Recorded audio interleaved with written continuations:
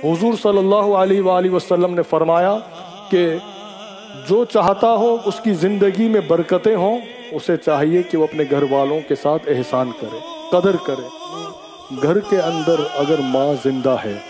या बाप जिंदा है तो कभी उनके पाँव को पकड़ कर भी आप कह दें कि वो दुआ कर लें आपसे। आज बड़ी रात है, माँ को या बाप को नाराज करके, या आपने 20 रकातें पढ़ी हैं, आप 20,000 भी पढ़ लें, आपने 30 रोजे रखने हैं, आप 30,000 रोजे रख लें, आपने 30 पारे पढ़े हैं, 30,000 पारे पढ़ लें, माँ नाराज है, माँ अगर किसी से नाराज है, चाहे कोई कहे कि माँ की गलती हो, ये बाप नाराज है, कोई कहे कि बाप की गलती हो, हम बच्चे हैं, ये जहन में रखिए कि बड़ों की गलती निकालना ही सबसे बड़ी गलती होती है। वो बड़े हैं, डांट दें हमें, जो है वो कुछ भी कहें, लेकिन माँ फिर माँ होती है, बाप बाप होता है। खुदारा हमें चाहिए कि हम, मुझ समेत हम सब, आज की रात अल्लाह ने हमें मौका दिया है, हम नहीं जानते कि माँ हमारी रहे भी या ना रहे, इससे कबल के आंखें बंद हो जाएं।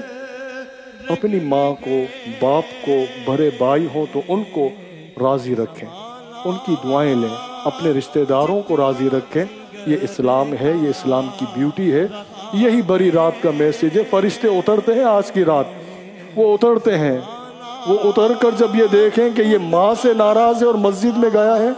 हज़रत गिरामी, ये मैं नहीं कह रहा, किसी से भी जाकर इसका फतवा ले सकते हैं कि अगर माँ नाराज़ हो या बाप नाराज़ हो तो मस्जिदों में नहीं, आप हरम में जाकर एतकाफ़ करें तो वो भी लपेट कर तुम्हारे मुंह पे मार दिया जाता है कि माँ घर पे नाराज़ है तो क्या लेने आए हो। तो जरिया अल्लाह को राज़ी करने का माँ और बाप है। खुदारा मैं हाथ जोड़ के कहता हूँ, अगर कोई ऐसा हो कि जिसके वालिदैन उससे खफा हो तो वालिदैन को कभी नाराज़ ना करें, उनके होकर रहें, उनके बनकर रहें, क्योंकि दुनिया में आने का सबब वही है। अल्लाह ताला जिनके वालिदैन हयात हैं उन्हें सलामत रखे,